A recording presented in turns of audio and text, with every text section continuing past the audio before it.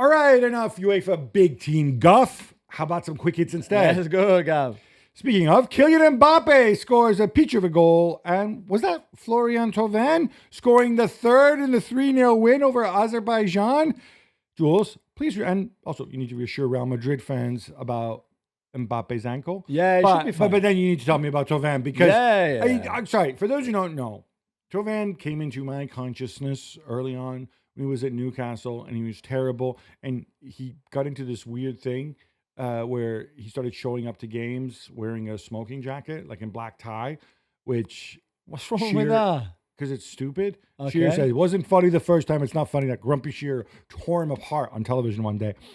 And then obviously it looked like he'd lost his way. Ends up at Udinese, which is where waifs and strays who lose their way end up showing up at.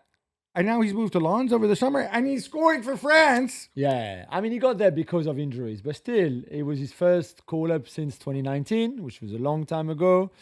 We were not sure if he would play or not because, again, he came in very late because Bradley Barcola was injured and went home. And he got a few minutes on Friday. He scored a lovely goal, by the way, the best goal after the Kylian one of the best goals of the weekend in your international break.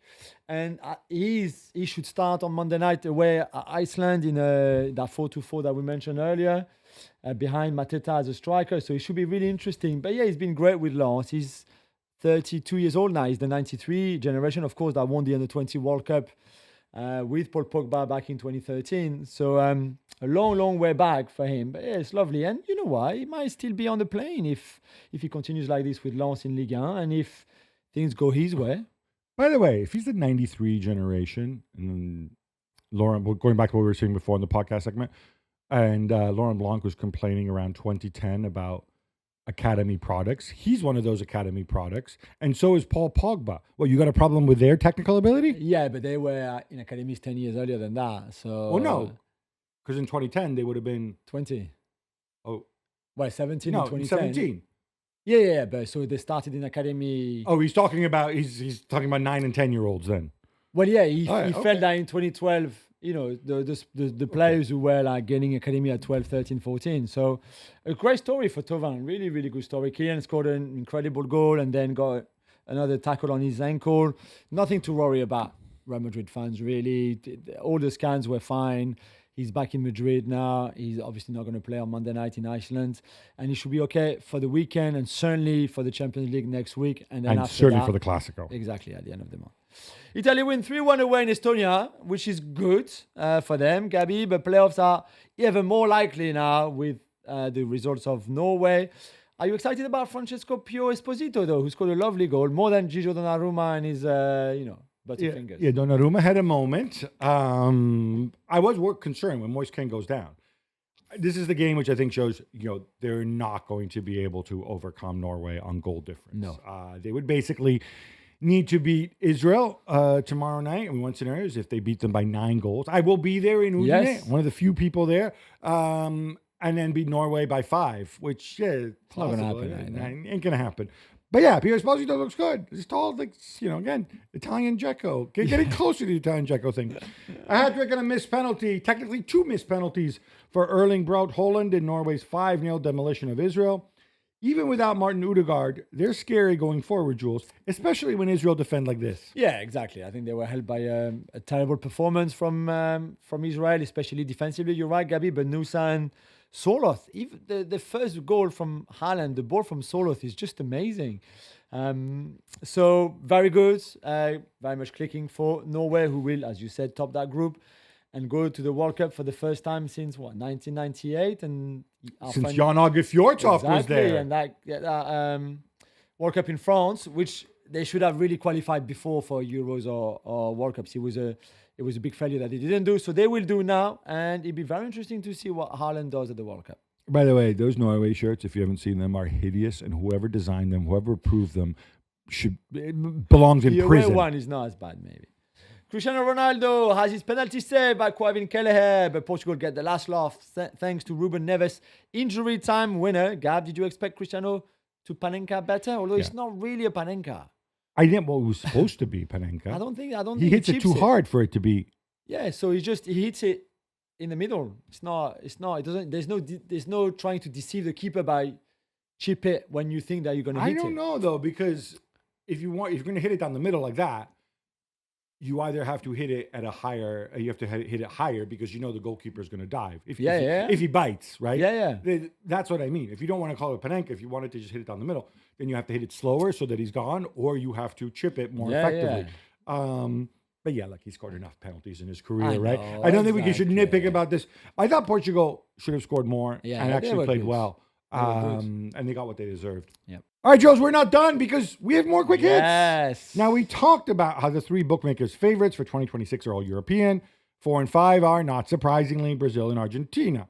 Let's start with the world champions. No Lionel Messi, because he was busy doing something in MLS. Yeah. There were some changes. And the result was a 1-0 win over Venezuela in a friendly Miami. Yeah, it was. Gabi, the front two of Lautaro and Julian Alvarez was still pretty tasty, to be fair, in that 4-4-2. And I think they did the job. They should have scored more goals, really, and they were still good with the ball. Nothing that Venezuela, who are not very good, let's be honest here, could have done to this team. But I guess for the momentum, it's good that you can win without Messi because you just don't know of his fitness. When the World Cup comes, he might not play every minute of every game. So you need also a plan B. And for a plan B, this was just okay. And we got to see some Nico Paz. Yeah, Nico Paz on the right-hand side of that 4-4-2. Yeah, and meanwhile, Brazil go all the way to Seoul and beat South Korea 5-0. God, we saw a new setup from Carlo Ancelotti. Yeah, but we thought 4-2-4 is on vogue. You know what? It's all down to Rino Gattuso. I think it was one of the first people to play because they needed goals. But yeah, it's Cunha with Vinicius. Yeah. And then you've got Rodri on the left and Estevao, who I think is phenomenal. Guy gets better every time you see him. Scored 2 goals. On the right, it worked very, very well. Very well. Now, Korea were terrible. It was also raining. That's not an excuse. No. It looks like they have a lot of things to sort out, frankly. The big question will be, can you carry this 4-2-4 in a World Cup setting? I mean, forget the players because they may change. They have other options. I wouldn't mind seeing João Pedro in there, for example. But the question is, if it's Bruno Guimaraes and Casemiro on their own, is that enough? But for now, I think it totally gives everybody a lift. And that's the good thing. You've got plenty of friendlies to try different things and prepare for the World Cup now. Yeah. The one thing with Brazil, I don't know how many automatic choices Ancelotti has. And I think this also kind of lights a fire under people's backsides. I don't think there's anything more than 2 or 3 players who know they will start at the World Cup. And I think that's a good position to be in. Mexico lose their friendly to Colombia 4-0. Jules, we can continue to pick on El Tri's problems. Yes. Or we can celebrate the technical magnificence of James Rodriguez, who I thought was 40, but he's not. He's only 34 years old. Only, you say, only. Yeah, 4 assists on the 4 goals, whether it was set pieces, through balls, just everything. They were outstanding. I mean, I think Mexico were really bad, but Colombia were outstanding. James was outstanding. Luis Diaz was outstanding. It was just, I think there will be a force at the World Cup. You know, whatever they play, they will have huge support, you would think. And they run a lot. They work so hard. They're good technically. They're good physically. It's just, incredible. James Rodriguez never became what he could have become because he has the mobility of a fire hydrant. However, when it comes to striking the ball and passing it, and vision, he's still top 5 or 10 absolutely. in the world. Just in that little, but very important quality. Yeah. The United States and Ecuador battled to a 1-1 draw in a friendly. Mauricio Pochettino mixes it up, and they look pretty good. Yeah, Ecuador also mixed it up. Yeah, we should mention there was no Moises Caicedo, who is kind of half the team. Not because the rest of the team is poor, but because he's so good. So you need to take that with a caveat. But given the way things have been going for Pochettino to have a team out there without Pulisic, who only played the last 20 minutes, without Tyler Adams, to be able to go a goal down, to react, to impose themselves. I mean, I thought they were the better team. They might have won this game. I think is a good sign for Poch. I agree. The Faroe Islands have now won 3 games in a row in World Cup qualifying.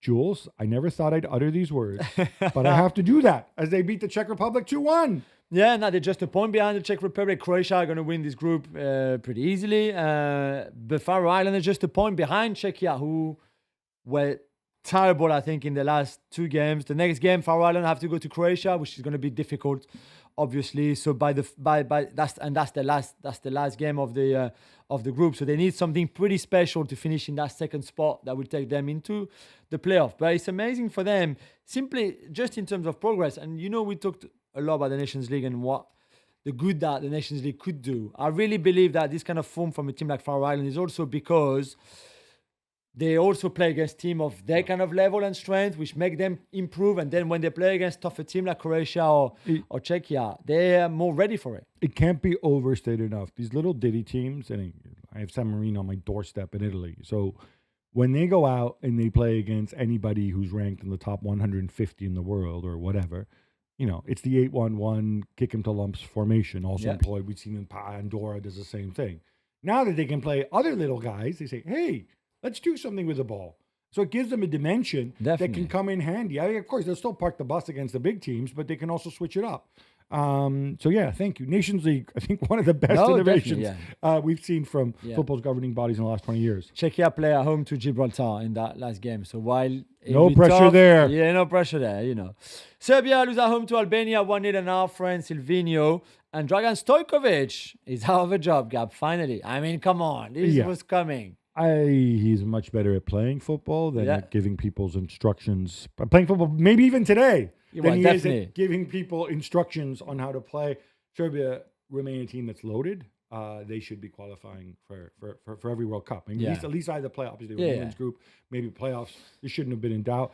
Well done to Albania. Great win. Poor Dusan Vlahovic up front with Mitrovic, and they can't get them the ball. No. They're going to finish third in the group. Not acceptable. Jordan Pickford could soon get a new contract at Everton, and he has broken Gordon Banks' England record of consecutive clean sheets with 8. This sounds like one of those like Cristiano Ronaldo stats, like goals on a Tuesday. But still, Are you impressed, Jules, or is this kind of fugazi? Please don't give me the line of Pickford is as good as Gordon Banks. You mentioned earlier when we were doing the our combined 11 and things like that, and you kindly wrote it as a note for me. Banks in those games where he kept a clean sheet, where Yugoslavia, I mean, as in proper Yugoslavia, when they were all together, young ones. There was a time when the best Croatians, the best Slovenians, the best Bosnians, the best Serbs, the best Montenegrins all got together and created a super team. Exactly. And they were really good. Yeah, Yugoslavia, Finland, Poland, Uruguay, Mexico, France, and Argentina for Banks. And then you look at Greece, Ireland, Albania, Latvia, Andorra again, as if it once was not enough. Serbia and Wales. No offense to those teams, but it's not the same. Come on. But Pickford is a good keeper, and he deserves a new deal. You can only keep sheets against what's in front of you. Exactly. Let's turn to Asian qualifying now, Gab. They are in the fourth round. It's a bit more complicated in there. Saudi Arabia have qualified for the fifth round. Yeah, that's right. There's another round. And Qatar need to avoid defeat against the UAE to go to the fifth round as well. UAE are already qualified now for the fifth round. For the fifth round, not for the World Cup, for the fifth round. This is just for the fifth round of their qualifiers when they play Oman. So make it simple for us. And 2 of them will miss out anyway. Yeah, so there's 5 rounds. All of them could miss out. The prize at the end of these 5 rounds is you get to go into the Interconfederation playoffs, and you don't know who you're playing yet because there's going to be 2 teams from CONCACAF, 1 team from Asia, 1 team from CONMEBOL, 1 team, basically one team from every confederation other than UEFA. Yeah, so New Caledonia already are that team. Right, Oceania. so we know that. And Bolivia, I think it is Bolivia finished 7th in South America. I think they are. There you go. So and then the others we don't know. Okay, so first of all, imagine playing Bolivia. So obviously the teams you don't want to play, Bolivia and whoever qualifies from Africa. For obvious reasons, right? Yeah, let's go play at altitude. Won't that be fun, right? What I find remarkable is that we have the country that hosted the World Cup in 2022 and spent a ton of money to host it, and another country that has also spent a ton of money on football and is going to host it in 2034 in Saudi Arabia. One of these 2 is going to miss out necessarily. Yeah, necessarily. And I find that pretty remarkable, and I think they should take a look at what they've been doing internally and really figure out what was wrong. And Saudi, if you just want to blame Roberto Mancini for everything, go ahead. 2 more qualifiers from Africa, Jules. Yes. 2.5 since Cape Verde played this evening, and they're very close too. Very close. Big congratulations to Algeria and Ghana. Yes, exactly. Algeria, for the first time since 2014, making it to the World Cup. A bit like Italy. They also missed the last 2. Petkovic is the coach Unlike now. Italy, they haven't won the World Cup 4 times. But No, yes, no, I'm just they're saying. a bit like Italy. You know, it was just to tease you, really. But well done to Algeria and Riyad Mahrez, who was outstanding in the game that got them to qualify. It's the first time in history, Gab, that we'll have Algeria, Tunisia, and Morocco all at the World Cup at the same time. They've never qualified, all of them, North African countries. So well done to all three of them. Ghana, of course, who've made now 5 of the last 6 World Cup, including 2026, were there. Mohamed Kudus scored that winning goal. I mean, they were in the driving seat anyway. And you mentioned Cape Verde, which would be incredible. 500,000 population only for Cape Verde. It would be their first World Cup, obviously, joining the likes of Jordan, Uzbekistan, already qualified for their first ever. So that would be pretty special to see them there. They have had good results at AFCONs before, but never been part to the World Cup. So that would be really special. Yeah, they would be the second smallest country to qualify. Yeah. Although there might be a twist later. So that would be after Iceland. So Cape Verde Yes. could be the Iceland of course. Africa. Exactly. And if we stick with CAF, Gabby, all eyes are on Group C this week. I am emotionally invested in this group, of course, because it's the one where my Super Eagles, Nigeria, are in.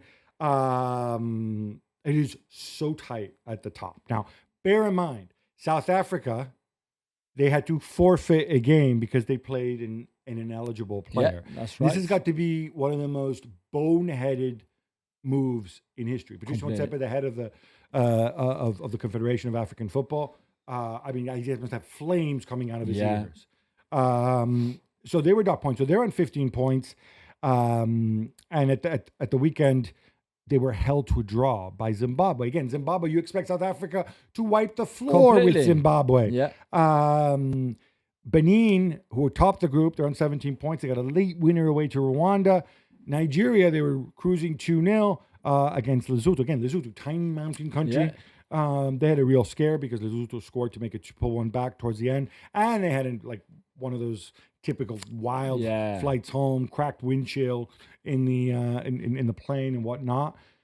But it's all going to come down to later this week. South Africa hosting Rwanda. So they could go top of the group and qualify automatically if Nigeria beat Benin, because Nigeria on 14 points, Benin on 17. That Nigeria game is oil in Nigeria. Yeah. So much tension. So much tension. You know what? So. And if you finish second, there's no guarantees again because only some of the second place groups, some of the best 4. Yeah. Those guys go into the playoffs. Yeah. So, man, it's tight. Curacao beat Jamaica 2-0 in CONCACAF to go top of their group. Jules, we're only halfway through the group stage, but we're talking about a country of just 160,000 people. They're even smaller. They're less than half as big as Iceland. Yeah, incredible. What a story this would be if they were to make it to the World Cup. You know who's their head coach is? I do not. Dick Advocaat, because there's a huge Dutch influence on them. Obviously, a former colony, historically, but in this team as well, because pretty much all the players, or not all the players, I'm being a bit mean here, but most of the players are also Dutch nationals. So do you remember Richie Bazoer?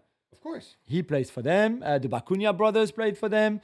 Tai Chong, who played for Manchester United, is also an international. Locadia plays for them.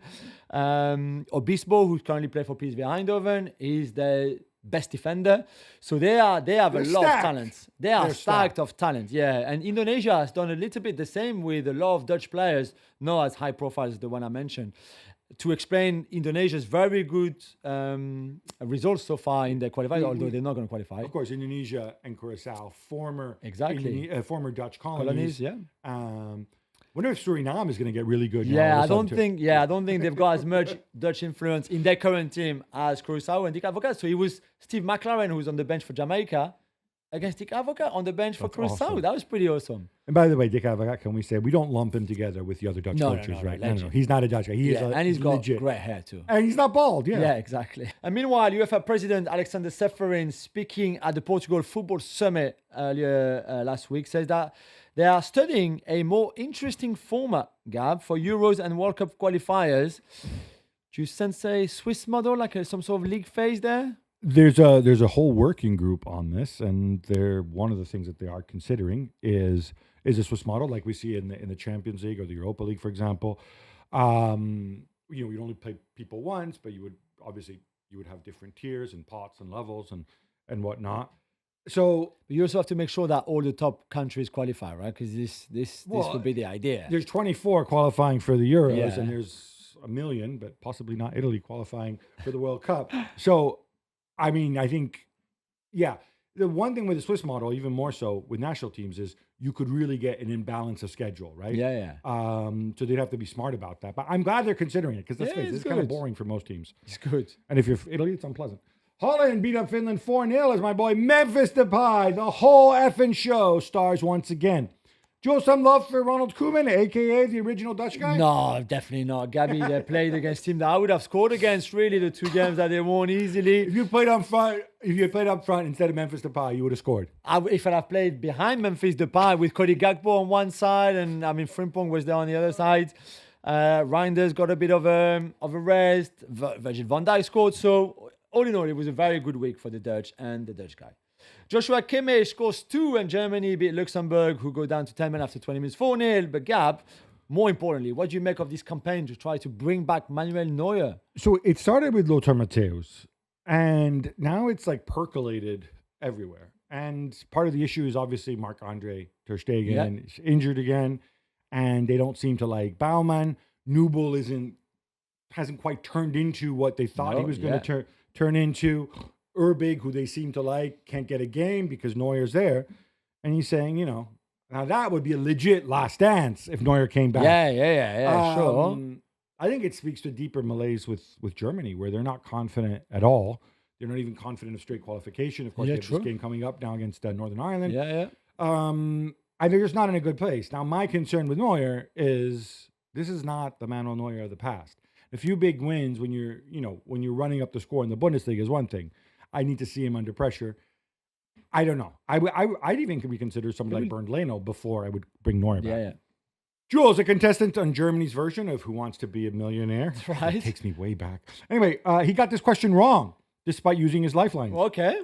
I know you're competitive. Yes. I know that you know your World Cup. So I'm going to challenge you. Okay. Which of these 4 results is the most common in a men's World Cup final? Wow. 1-0, 3-1, Yeah. 2-1, or 4-2? Yes. And we count extra time after extra time. Okay. So, I mean, especially here in England, the most famous World Cup final is 66, and that 4-2 win against West Germany. It's obviously the score that France also beat Croatia in 2018 to win our last World Cup. And if I'm not mistaken, the first 2 World Cups finished 4-2, or certainly the first one finished 4-2. First one, and I think Italy, 34. Italy won, So I'm leaning 4-2, although they're probably not much because there's at least 3 1-0s, including 2 after extra time. 2014 for sure. And is that your final answer? 4-2. So you know what? I would say there's probably 3 1-0s. 4-2 is definitely my answer. But I reckon there's probably 3 1-0s. 3-1. I would go 4-2, but 1-0 is close, maybe, no? It is 4-2, and you're right. Come it is on. close. It is. I think it's 4-3. I believe. Yeah, well done. And by the way, I did not give him the answer beforehand, nor did I let him. No cheating. I asked him. Pure Jules, memory. do you want me to give you the answer so that you don't look stupid on the show? But I almost said 1-0, to be fair. I thought 1-0. Well done. Well done. Back to Gianni Infantino, Gabby, who says that US President Donald Trump definitely deserves the Nobel Peace Prize, which he didn't get, as we know. But Gab, are you surprised how often the FIFA president weighs in on political issues lately? Yeah, so I think one thing we should probably make clear, as the Nobel Committee told us, the votes were in on Monday morning, and I believe the peace deal was announced later in the day. He can still win it. He just wins it a year from now, especially if it holds. So it wasn't going to happen this time just because it was materially not possible. The lady in Colombia, in Venezuela won it. This is normal. I think it's normal. It's probably normal in the past. It's just that because Infantino is so public and Trump is so public, we notice this more. But it was like this with the Emir. Just the Emir never speaks. Yeah. Right. And it was like that with Putin as well. They're working together. They're running a massive business, something that they think is going to generate in excess of 10 billion next summer. They have to work together. And so, I'm not surprised. He blows a little smoke. Of course, always. Jules, this brings us to an end. Yes. But we're going to be back on Thursday because to hear all about your Italy trip. all about my trip into in Udine in lockdown for the Italy-Israel game and plenty other stuff too. Until then, love the game, love your neighbor, love yourself.